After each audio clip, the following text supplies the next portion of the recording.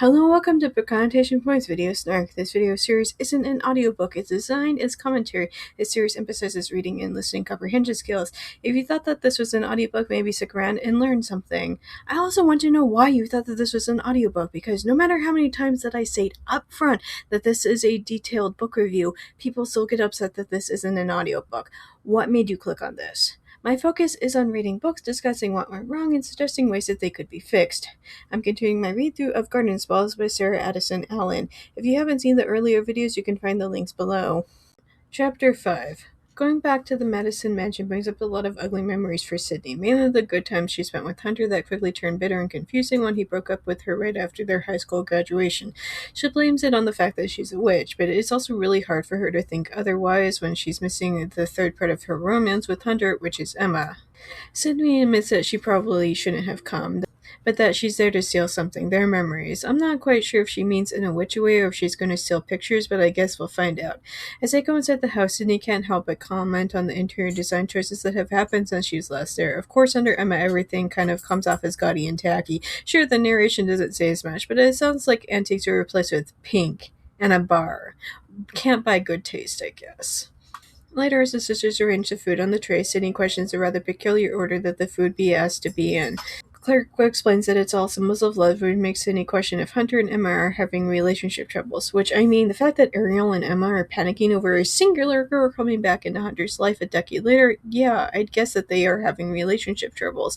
That and the obvious fact that Emma couldn't even win Hunter over with her personality or even her good looks. She literally lured him in with the promise of sex and baby-trapped him. We jump over to Emma as she watches her party unfolding. Ariel teases her with the knowledge of some present, and Emma pouts. Then Hunter spots Sydney circling with a tray of finger foods around and goes to her. Ariel explains that she wants for Emma to rub it into Sydney's nose, that Sydney doesn't belong here anymore, that she is and always has been trash. Kind of waiting for that to backfire spectacularly, but I also said what I said if Hunter becomes a homewrecker.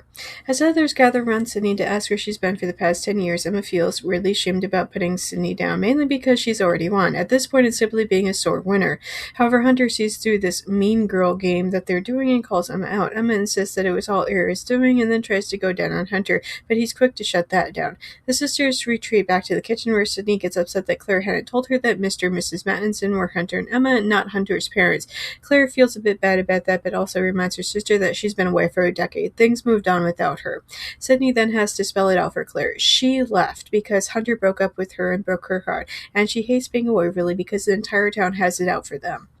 She also says that this was a setup for Emma to embarrass Sydney in front of everybody. Claire insists that she hadn't told anybody that her sister is working for her, but obviously Ariel knew, which is why she hired Claire to cater the party. Claire keeps insisting that all of this is nothing but a coincidence, but again, missing that third part of the story that's all about Emma here. Sydney is quick to call Claire on that, though, that they're witches and nothing happens without a perfectly good reason, that kids were mean to Claire in school and ostracized her simply because of who she was. Sydney then calls Taylor up on the phone and asks for him to come and pick her up for the party. Then she storms out. Claire stares after her sister, flabbergasted over the entire thing, but deep down Claire knows that Sydney is right, that they did this on purpose. She could feel that something was quite wrong the moment that they got to the house and started setting up. She calls Taylor and asks for her to go into her house and bring some stuff over. Sometime later, he shows up with boxes. Claire is going to mess up the romance food that she's laid out and quickly turn the love into regret. She also begs Taylor to convince Sydney not to leave town, that Claire is going to make it right. When Claire gets home from the party, Sydney asks what Claire did, that she got a bunch of messages and calls from people who regret the way that they acted towards her.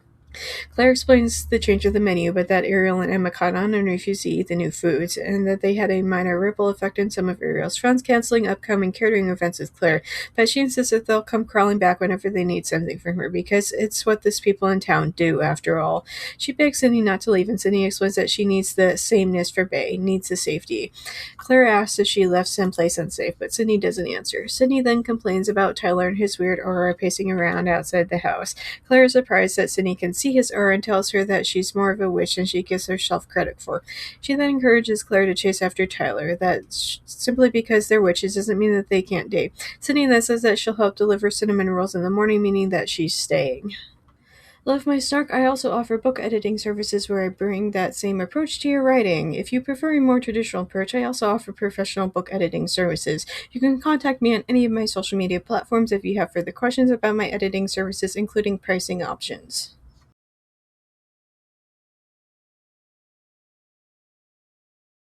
Sydney wanted to get a newspaper to check out the want ads. I'll take things that have aged like milk for 2000, please. Wait, when did this book come out? Follow-up question of the approximate age of the author. It came out in 2007, and the author looks like she might be in her mid-40s.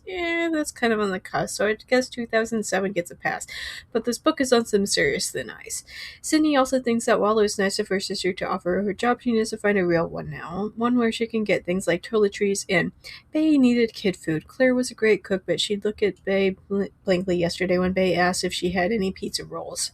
It's seriously not that hard to make your own sort of pizza rolls. You put sauce, cheese, and maybe some pepperoni into a crust or dough and bake it. But Claire acting like she has no idea what pizza bites are is a little bizarre. It's the 21st century. You know what pizza is. Simply make it in miniature. It's not hard. Anyway, Claire and Bay go to the grocery store. While they're doing that, Sydney goes to return the shirt Avenel had given her earlier. She asks for a job, but the lady at the shop doesn't have anything for her. Then Sydney goes on into the street where she walks in by the hair salon. She spent a lot of time thinking about days gone by, but those thoughts are quick to return to how she tried to run away from David before, that she'd only known her as Cindy, and Sydney had thought that using her actual name would be enough to hide, but she'd been foolish and had registered Bay at a preschool using her birth certificate, which is how David had found them before. Sydney swears that she's not going to do that again, and that Bay's surname will be Waverly from here on out, even though if the child's name is listed as Smith on her birth certificate, it's not like you can easily get that changed. At some point, a school or daycare is going to ask for that document. A short amount of time later, the sisters meet up, and Sydney explains that she's getting a job at the salon. Claire seems more surprised by the fact that her sister actually went on and learned a trade during the decade that she was away. Sydney then begs her sister to please help with watching over Bay until kindergarten starts. Claire knows that Sydney is trying to change the topic away from herself, away from what happened that sent her running back to the safety of her family, but decides not to press it. Instead, Claire announces that she's going to make pizza rolls, which, no kidding, for a professional cook, it shouldn't be that difficult. When Sydney questions about the other things Claire bought, she says that she's going to make something for Tyler. She scoffs when Sydney suggests that it's a love potion and insists that there's no such thing, but goes on to say that she simply wants to turn Tyler's attention elsewhere. We then jump over to Bay's point of view. She explains to the readers that she had always known that they weren't meant to stay in Seattle, that her gift was knowing where things belonged, and that they simply didn't belong in Seattle. She then goes on to explain about how she'd use her powers to try and help her mother against David, that Sydney would put the socks into the sock drawer, but that Bay could sense that David wanted the socks with his shoes, and so on, but that David would often change his mind frequently, and that it was difficult for Bay to keep up, and whenever Sydney put something away wrong, that David would hurt her.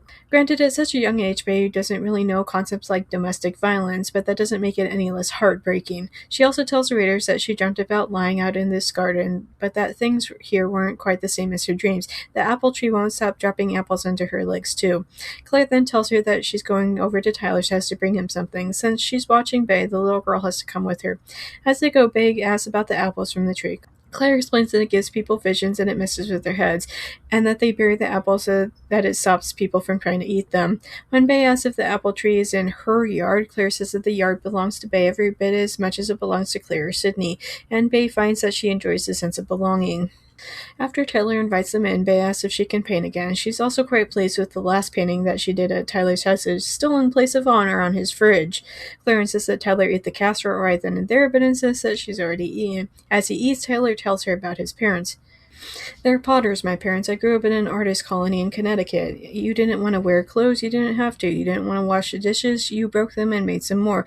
I do a little pot and sleep with your best friend's husband. It was all okay. It wasn't for me, though. I can't help my artistic nature, but security and routine mean more to me than they do to my parents. I just wish I was better at it. As you can imagine, Claire finds that she relates to this a little too much. After he finishes eating, she asks him how he feels. He tries to ask her out to a music festival, but Claire insists that she'll be busy making you another casserole. We jump over to Sydney at the salon. To say that she's working would be a bit of a stretch. No walk-in clients for her, and those who did come in with appointments for the other hairdressers who were running behind didn't want Sydney taking care of them.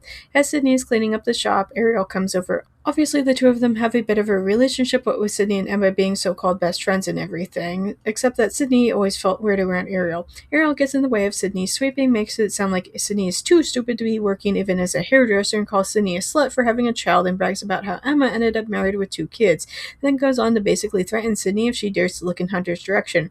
As she leaves the salon, Ariel rings up Emma to tell her about this. But this was apparently a mistake because Hunter walks in right as Sydney is about ready to leave for the day. Seeing Hunter sends Sydney tumbling down memory lane. She thinks about how she used to work as a receptionist at her father's company, which is now obviously belongs to Hunter. But because that wasn't enough, we have to then talk about how Emma had given Sydney bad sex advice, that it took Sydney doing the same thing on a different guy before she realized that Emma had given her bad advice on purpose.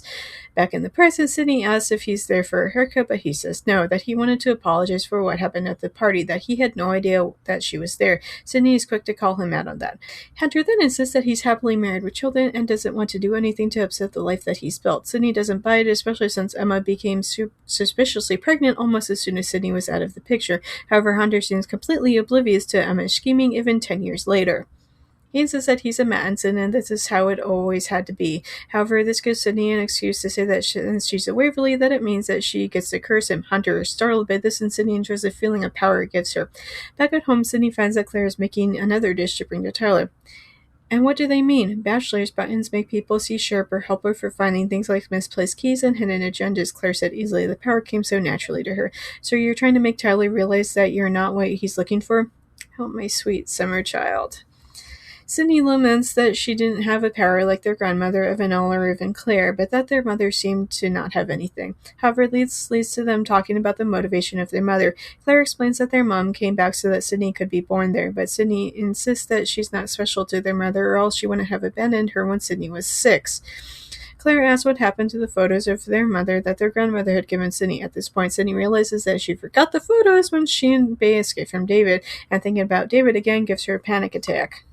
We then randomly jump over to Evanel. She lives in a hoarder's-style home, except that unlike most hoarders, she actually kind of wishes that the stuff was gone. It's basically stores of stuff that her powers keep insisting that she hand out, and she's tired of trying to find bandages at 3 a.m. so that she could run over and give it to a stranger.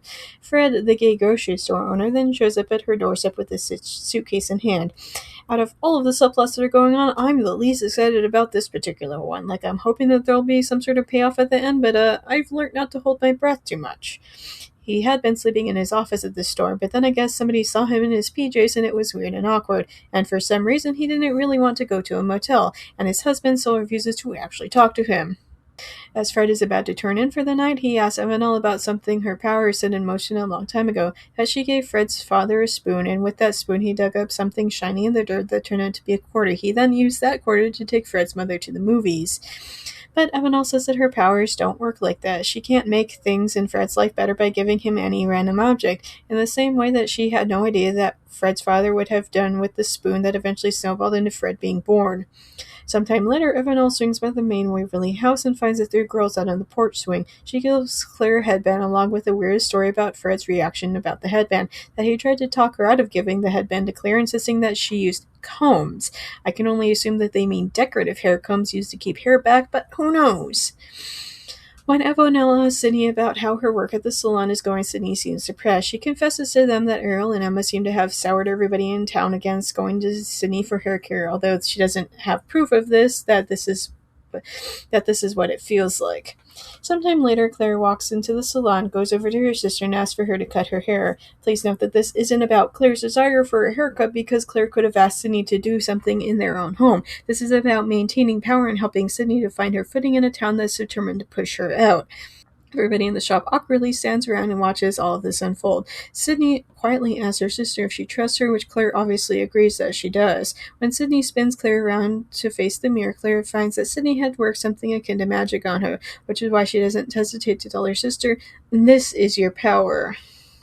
If you're interested in reading my own stories, you can purchase my spicy short stories as well as 2 full-length novels on Amazon. If you're not already following me on Reddit, I recommend doing so to stay updated on when I offer free content. Reddit is currently the only place where I'm advertising myself these days. Part 2. Insight. Chapter 7. We start off the chapter by being introduced to yet another random side character. This one is Lester, a hard-working farmer who was forced to stop after he'd had a stroke. He lives at his farm with his grandson, Henry. Right as they were starting to wonder why the stuff about his dead wife and how his son and wife had moved away, Evanel shows up and hands him a jar of cherries. After Evanel is gone, Harry confesses that Evanel had once given him some yarn. It was so baffling to the boy and so randomly upsetting unsettling that he'd ended up throwing it away. Then a week later, he'd actually needed the yarn for some school project. Lester laughs and tells his son that whenever a Waverly woman says anything, you pay attention. We then jump back to the actual plot, leaving us to wonder what the point with Lester and Henry was. Sydney finds her sister in the basement, which is kept dark because I guess changing out the old light bulbs was too much of a hassle. Now it's tradition, counting wine that she wants to bring to the 4th of July festivities. Sydney asks about the wine that's on the counter, but Claire explains that it was returned unopened by Fred. Claire says that she'd like it if Sydney could give it to Tyler, but Sydney says that she's too busy with the summer school stuff and isn't around much. Thinking about Tyler sends Claire tumbling down her own obsessive thoughts about Tyler. She complains about how he isn't a constant in her life yet. She hasn't even known him that long. He's literally moved only a few months earlier, and she's complaining that he's not constant. Sure, Jan. Feeling awkward and confused about her feelings for Tyler, Claire asks her sister about how work has been. As you can imagine, she gave a demonstration as to how well Sydney can cut and sell. Her has now opened new doors for her in town. People now worship her skills. Claire tries to ask where Sydney was working as a hairdresser before, but Sydney awkwardly clears her throat and offers to take the wine over to Tyler. However, as soon as Sydney grabs the bottle upstairs, she catches a whiff of David's cologne. She feels weird and tells the readers that she's been catching whiffs of it ever since she showed up in her childhood home. That Claire keeps asking about it, obviously knowing that something's off but not knowing what. Sydney feels bad since she knows that she needs to tell her sister about what it is so that she and Bay are running from, that this danger could show up on Claire's doorstep, but she's still so afraid. She checks on Bay, who enjoys spending time out in the garden. Claire had mentioned that Bay started chucking the apples back at the tree, which got it to stop throwing apples down at her. Sydney now tells the readers that ever since Bay was given permission to be out in the garden, she spends hours there figuring stuff out. That Sydney figured that after all that had happened, the little girl had probably needed time to do all of that. Sydney then takes the wine over to Tyler. He expresses confusion because Claire is emotionally distant, yet keeps giving him things like casseroles and now wine. Sydney tells him that Claire does like him and in the same breath invites himself to have some wine with him. She then confesses that the wine is supposed to help him to remember better times, that the hope would be that Tyler would think about some lost love or something and go chasing after her rather than to continue to annoy Claire by tormenting her own thoughts, which is 100% not Tyler's fault in any way, but I'd like to state. Tyler is obviously confused by this and asks what Sydney means. She goes on to explain about how some combination of the plants themselves or maybe how they're prepared or maybe even Claire herself makes it magic. Granted, Sydney does not use the word magic, only special, but still.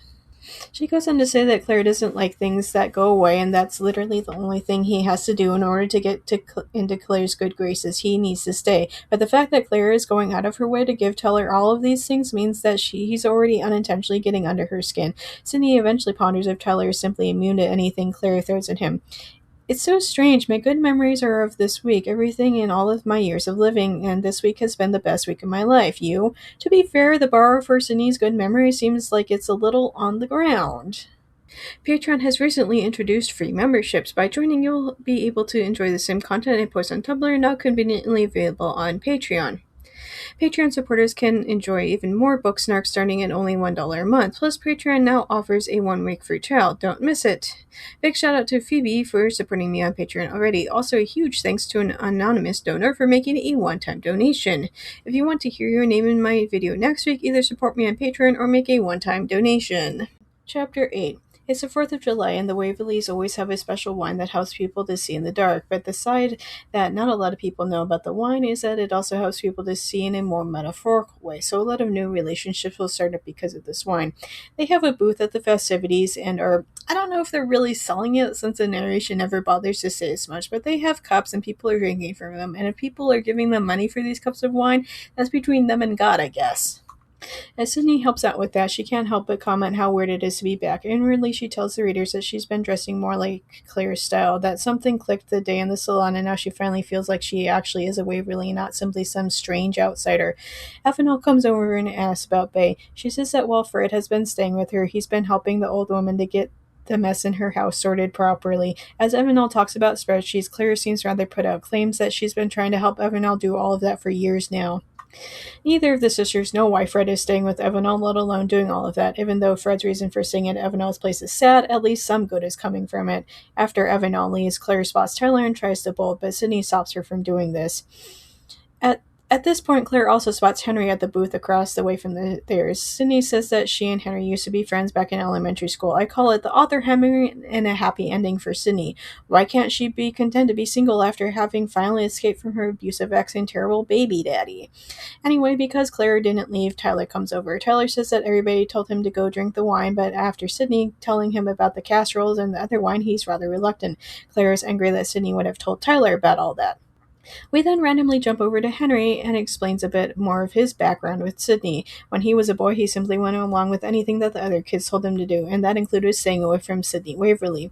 But one day he was playing near her on the playground when she asked if he remembered his mother, then explained that her mother had abandoned her and she didn't remember her. That made Henry sad, so he became her friend.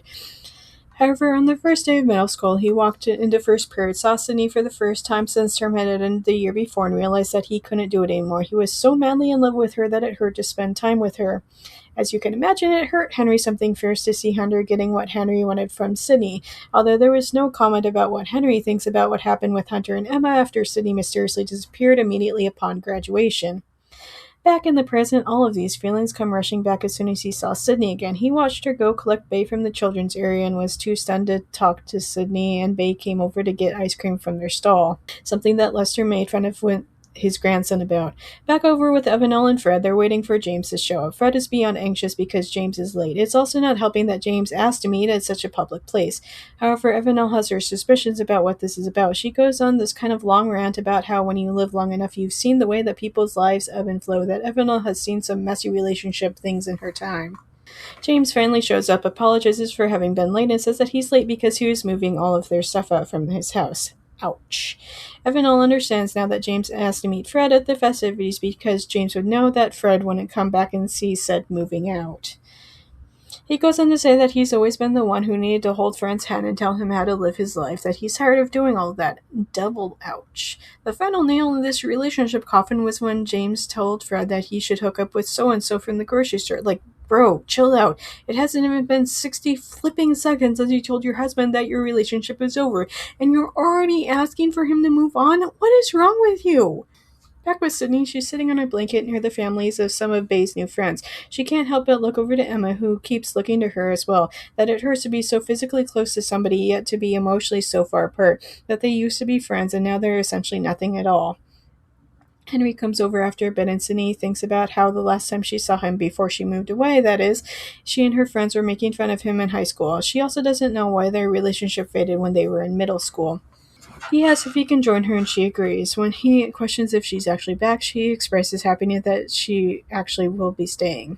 And this is quite the ADHD chapter today because we're back over with Claire now. Tyler approaches her as she's packing up the stall for the end of the day, as if she's really not going to be staying and seeing the fireworks. He then starts to press her about why she's so afraid of him, literally demands to know if it's because she's afraid of love. Like, chill out, bro. Claire barely even knows you. Who the hell is bringing love into this equation? As if asking about love wasn't bad enough, he then asks if she's afraid of a kiss. No is a complete sentence. I'm all for a story of a woman learning to love after having been abandoned by everybody in her life, learning how to trust the cute guy who moved in next door. But this ain't it.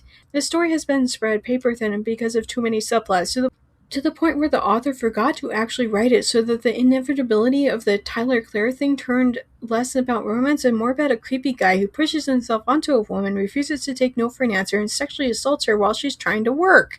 This is so close to being good, but the author fumbled everything and turned Tyler into a creeper who refuses women's boundaries and assaults them.